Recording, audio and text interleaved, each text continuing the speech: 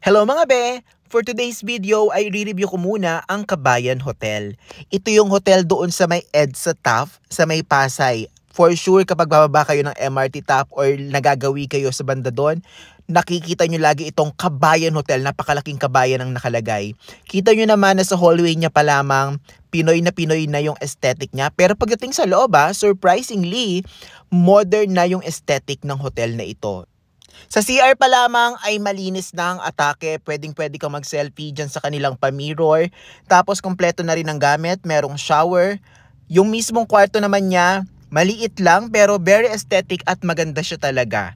Ayan, at meron pang malaking mirror paglabas mo ng CR na pwede kang mag-OOTD mo dyan, one to sawa, na para kang influencer na merong 1 million followers. Ganun. Medyo naririnig nga lang yung kabilang kwarto pero hindi siya nakakabagabag at all. Lalo na kung magpapahinga ka lang naman dyan, meron kang flight papunta ng airport, meron kang concert na pupuntahan papunta sa MOA. Ito yung perfect location, very accessible. Tapos meron pa silang pa-vault, kaya for sure safe yung gamit mo. Mabango, malinis yung kwarto. I love it. Pwede kayo makapag-book sa Agoda o kaya naman sa Klook. Compare nyo na lang yung prices. Kung sa Klook, ayan nandyan sa screen ang aking code na pwede nyo gamitin. Thank you!